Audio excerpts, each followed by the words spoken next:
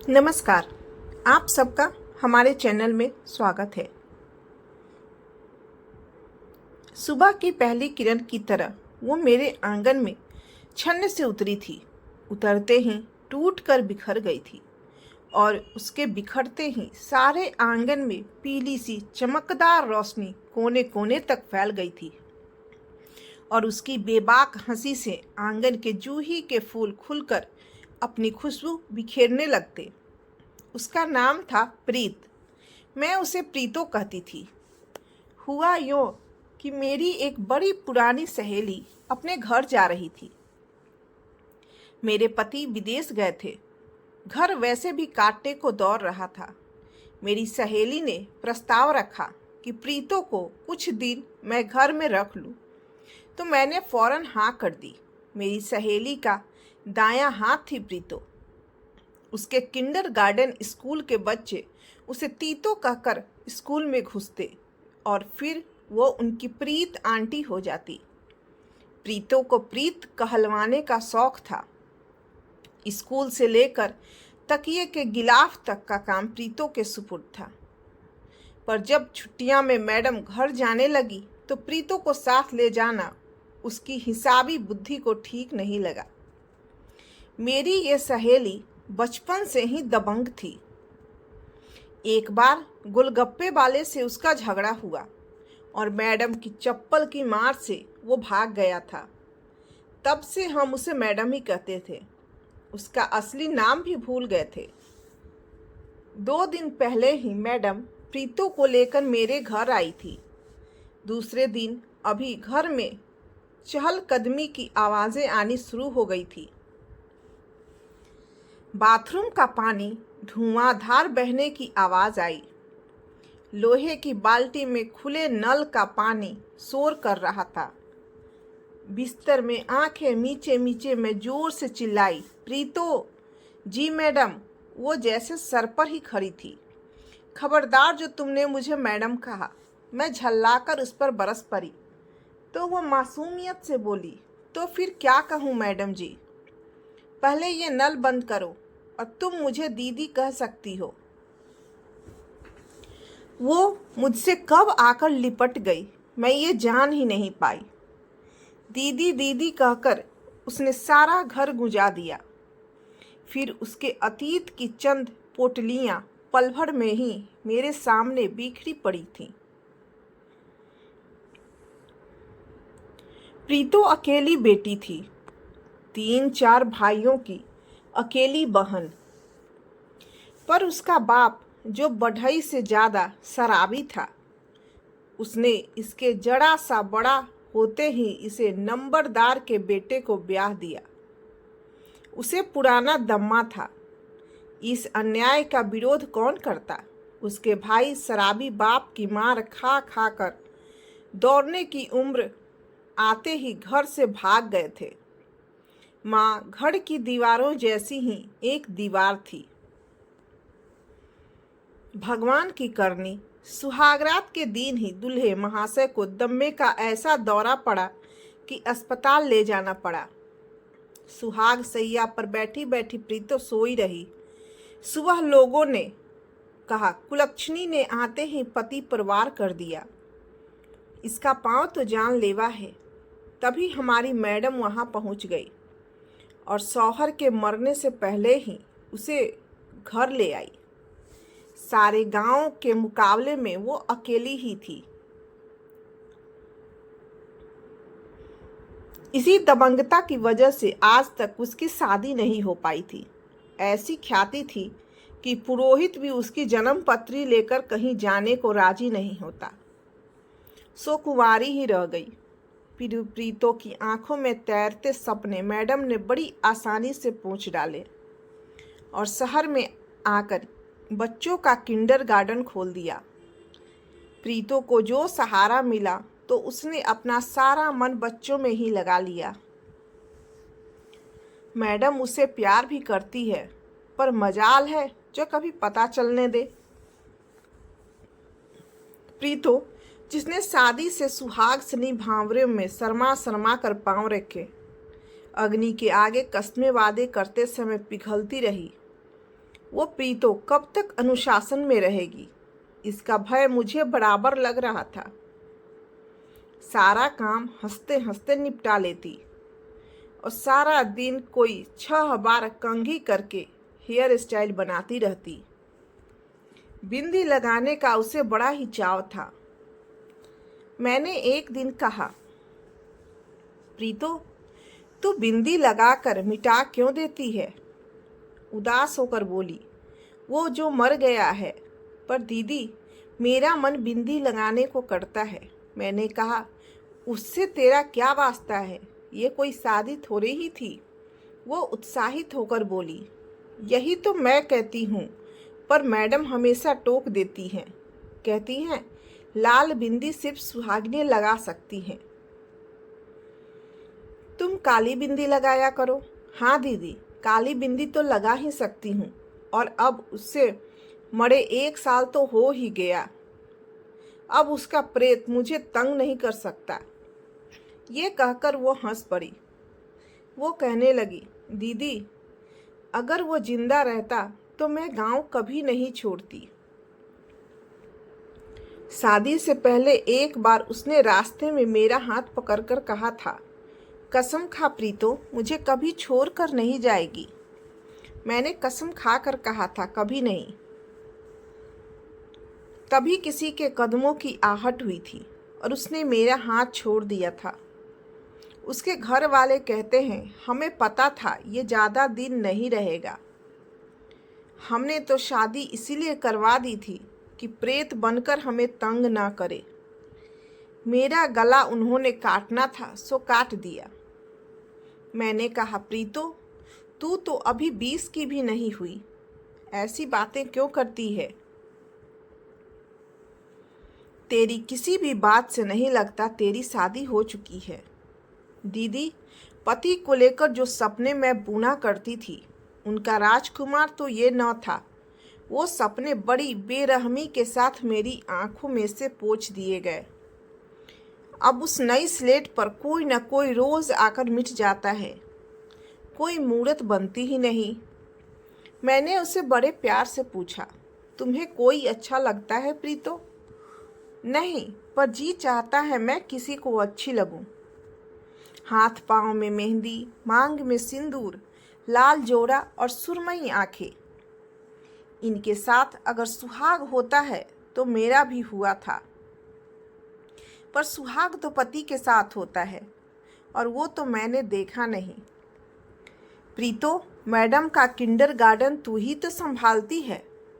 अगर तुझे कोई अच्छा लगे तो क्या सब छोड़ जाएगी? पता नहीं दीदी। पर मैडम क्या ये बात कभी सह पाएंगी? यही तो बात है। मैडम का मुझ पर पूरा भरोसा है। इसी से मुझे डर लगता है कि कहीं कोई अच्छा ना लगे। मैडम तो मैडम, बच्चों के माँ बाप भी मुझी पर भरोसा करते हैं। मैडम को तो सबके नाम भी नहीं आते। और फिर अगर एक दिन अपने हाथ से बनाकर न खिलाऊं तो मैडम खाती ही नहीं। 2 महीने कब निकल गए पता ही नहीं चला। बस एक दिन मैडम आई और प्रीतो को लेकर चली गई। जाते बार प्रीतो ने चोरी से मुझसे कहा था, दीदी, मुझे भूल नहीं जाना। मैं तो न आ पाऊंगी, पर आप आना। मुझे बुलाओगी ना दीदी? मैंने उसे हौसला दिया। फिर गृहस्थी के ताने बाने को सुलझाती मैं प्रीतो की उलझनों को भूल सी गई। एक दिन बड़ी दोपहरी में मैडम आ धमकी। उसने पूछा, यहाँ प्रीतो आई है? मैं जरवत खड़ी रही, कुछ उत्तर नहीं सूझा। जवान जहान लड़की आखिर कहाँ गई? मुझे चुप देखकर मैडम बोली, उसे आग लगी है, ये तो मैं जान गई थी। बस गलती एक ही हुई कि उसे मैं सब्जी लेने अकेली भेजती रही। छुपाकर बिंदी ले जाती थी, उस मरघट के पास जाकर लगाती थी। क्या आग है बिंदी लगाने की? जब भी कलमुही आती देर लगा कर आती। फिर सब्जी काटते वक्त या चपातियाँ सेकते वक्त शर्मा कर मुस्कुराती थी। मुझे क्या पता था इसे क्या मौत पड़ी है, नहीं तो उड़ने से पहले ही पर काट कर फेंक ना देती। मुझे तो डर लग रहा था कहीं पागल न हो जाए। लक्षण सब वही थे।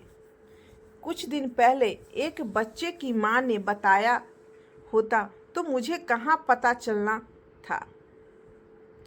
कोई मुआ दर्जी है सब्जी वाली के दुकान के पास, उसी के साथ भागी होगी। उसके साथ आंख मटक्का चल रहा था।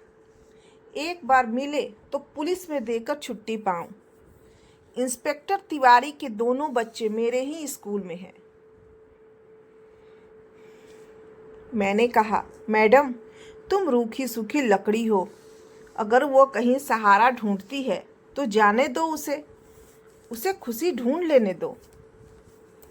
बिफर कर मैडम चिल्लाई, ओह तो ये आग तुम्हारी लगाई हुई है। मुझे पहले ही समझ लेना चाहिए था कि मेरी ट्रेनिंग में कहाँ गलती हुई है। न तुम्हारे घर उसे रखती न ये नौबत आती। और मुझे भी ताव आ गया। मैंने भी चिल्ला कर कहा, ये आग मैंने नहीं लगाई, पर ये आग मुझे ही लगानी चाहिए थी। तुम मेरी दोस्त हो, तुम्हारे पापों का प्रायश्चित मैं नहीं करूँगी तो कौन करेगा। तुम क्या जानो पुरुष के प्यार के बगैर जिंदगी कैसी रेगिस्तान सी होती है। फेरों की माड़ी को तुमने अपने अनुशासन के डंडे से साध कर रखा है। तुम जल्लाद हो, तुम इंसान नहीं हो। तुमने मोहब्बत की जिंदगी नहीं देखी। कभी देखो तो जानोगी तुमने अब तक क्या खोया है। मैडम झल्ला कर बोली, मुझे फरेब नहीं खाना है मिसेज आदित्य वर्मा। आप घर में रह कर देखिए, अगर तुम्हारे पालतू आदित्य को भी न झटका दे दे तो मेरा नाम भी तोसी नहीं। दिन रात उसकी इस सारे बाजियां क्या मेरी नज़रों से नहीं गुजरती। अगर इस स्कूल की मुसीबत न होती तो कब की भेज देती उसी गांव में जहां से कसाईयों के हाथ से इसे छुड़ा कर लाई थी। शादी करवा दो उसकी, मैंने कहा। चलो चाय पिए, पानी खौल रहा होगा। मैंने प्यार से उसका हाथ पकड़ा। चलो मैडम, तुम्हें रूह अफ़ज़ा पिलाती हूँ। उसके बाद उसका जी थोड़ा हल्का हुआ तो मैंने कहा, मैडम उसकी शादी कर दो। उसकी हालात में एक बार अपने आप को खड़ा करो और सोचो। मैडम बोली, मैं कोई अच्छा लड़का देखकर कुछ कर पाती, इसके पहले ही लगता है वो भाग गई। आज दूसरा दिन है। तौबा तौबा, अभी तो शाम की क्लासों के लिए बच्चे आते होंगे। लो मैं चली। कई दिन हो गए।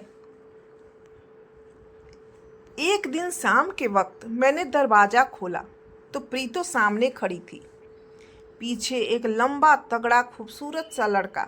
मैं स्नेह से दोनों को अंदर ले आई। चाय पानी चढ़ाने जैसे ही रसोई में गई, प्रीतो पीछे पीछे आ गई। हंसकर बोली, कैसा है? मैंने कहा, अच्छा। वो हंसी, फिर बोली, शराब तो रात को पीता है, आंखें हमेशा लाल रहती है। मैंने कहा, मैडम को मिली? प्रीतो ने नीची नज़र करके कहा, गई थी, उसने निकाल दिया। प्रकाश, यही आदमी। बड़ा गुस्सा हुआ, थोड़ा ठहर कर बोली, दीदी मुझे पुरानी धोतियाँ देना। ये एक ही धोती है, मैडम की थी। मैंने उसे धोतियों के साथ शगुन के रुपए भी दिए और प्यार से कहा, प्रीतो मैं हूँ, कभी 19-20 हो तो याद रखना। प्रीतो मेरे सीने से लगकर रो पड़ी। मुझे मालूम था वो गलती कर चुकी है। ये आदमी पति जैसा तो नहीं लग रहा। फिर कुछ दिन बाद मैडम का फ़ोन आया और कहा, क्या दोस्ती निभा रही हो मिसेज आदित्य वर्मा? कल तुम्हारी वही साड़ी पहने प्रीतो मिली थी जो हमने साथ साथ कॉलेज के मेले से खरीदी थी। देखना कहीं सारी से कभी आदित्य को भुलावा न हो। आदित्य, मैं चौंकी। ये मैडम कितनी संगदिल है। उसके दूसरे ही दिन प्रीतो फिर आई, पर अकेली। रसोई घर में आकर बोली, मुझे बैगन की पकौड़ियाँ बना दो। मैंने उसे भरपूर नज़रों से देखा। वो शर्माई और कहने लगी, अभी 2, 3, 4 महीने हैं। आज वो नासिक गया है, तभी आ सकी हूँ। मुझे कुछ पैसे भी दोगी ना? वो तो खाली राशन लाकर देता है, एक भी पैसा हाथ में नहीं देता। बाहर से ताला लगाकर दुकान पर जाता है। फिर अचानक खुश होकर बोली, वहाँ एक खिड़की है जिसमें से मैं कूद कर कभी कभी निकल जाती हूँ। पर एक दिन पड़ोसी ने उसे बता दिया था। उस रात उसने मुझे बहुत मारा। मैंने उसकी ओर देखे बिना पूछा, कोई शादी का कागज है तुम्हारे पास? बोली, नहीं। शादी तो मंदिर में हुई थी। पैसे लेकर प्रीतो चली गई। 3, 4 बरस उसका कोई पता नहीं चला। एक दिन मैडम ही कहीं से खबर लाई थी कि उसका पति उसे बहुत मारता है और प्रीतो को घर से निकाल दिया। तो वो पड़ोसियों ने बीच बचाव करके फिर मेल करा दिया। मैं थोड़ी दुखी हुई। फिर सोचा, बच्चे हैं, बच्चों के सहारे औरतें रावण के साथ भी रह लेती है। इसी तरह एक शाम प्रीतो आई, साथ लाई कुछ मेहमान। आदित्य बाजार से कुछ सामान लाने गए थे। तभी दरवाजे की घंटी बजी। दरवाजा खोला तो एक अजनबी औरत अपने फूल से 2 बच्चों को थामे खड़ी थी। मैंने कहा, प्रीतो। वो बच्चों की उंगलियां छुड़ाकर यूं लिपटी जैसे इस भरी दुनिया में उसे पहचानने वाली सिर्फ मैं अकेली थी। मैंने उसे छुड़ाते हुए कहा, प्रीतो, घर में मेहमान हैं, आओ अंदर चलो। प्रीतो ने कहा, दीदी, वो चला गया है दुबई, घर भी किसी और को दे गया। सिर्फ आज रात मुझे रह लेने दो। मैंने कहा, प्रीतो, ये मेहमान आज ही आए हैं, तुम्हें कहाँ सुलाऊंगी? फिर बच्चे भी हैं। प्रीतो ने कहा, इन्हें लेकर मैं बरामदे में सो जाऊंगी। कल सवेरे यहीं मैंने किसी को मिलना है, वो मेरा कोई इंतजाम करने वाले हैं। मैडम मुझे किसी आश्रम में भेजना चाहती है। मैंने कहा, तुम मैडम के घर क्यों नहीं गई? वो कभी भी नहीं रखेगी दीदी। और फिर मैं आश्रम नहीं जाना चाहती। पर क्यों? अगर कभी इसका बाप आया तो? मेरी आंखों के आगे आदित्य का चेहरा घूम गया। मैडम की कही हुई बात भी याद आई। एक रात उनकी मर्जी के बगैर भी रख सकती थी, पर प्रीतो के ये पूछने का साहस उसमें न था कि कल कहाँ जाओगी। मैंने अपने अंदर के इंसान का गला दबाया और कहा, नहीं प्रीतो, यहाँ रहना मुमकिन नहीं है। ये लोग हमारे जेठ की लड़की देखने आए हैं। लड़की कल दिल्ली से आएगी। ऐसे नाजुक रिश्तों के दौरान मैं घर में कोई अनहोनी नहीं कर सकूंगी। तुम पैसे लो। अगर कल सवेरे यहाँ से किसी को मिलना है तो टैक्सी में आ जाना। अब तुम जाओ। दरवाजे के बाहर जाकर चौकीदार से टैक्सी मंगवाई और बच्चों के साथ प्रीतो को बैठते देखा। घर आकर दरवाज़ा बंद कर लिया। ये दरवाज़ा मैंने प्रीतो के लिए बंद किया था या अपने लिए, ये नहीं जान पाई। रात भर मुझे चौराहों के ख्वाब आते रहे। फिर कई दिन मैं दीवारों से पूछती रही, कल कहाँ जाओगी?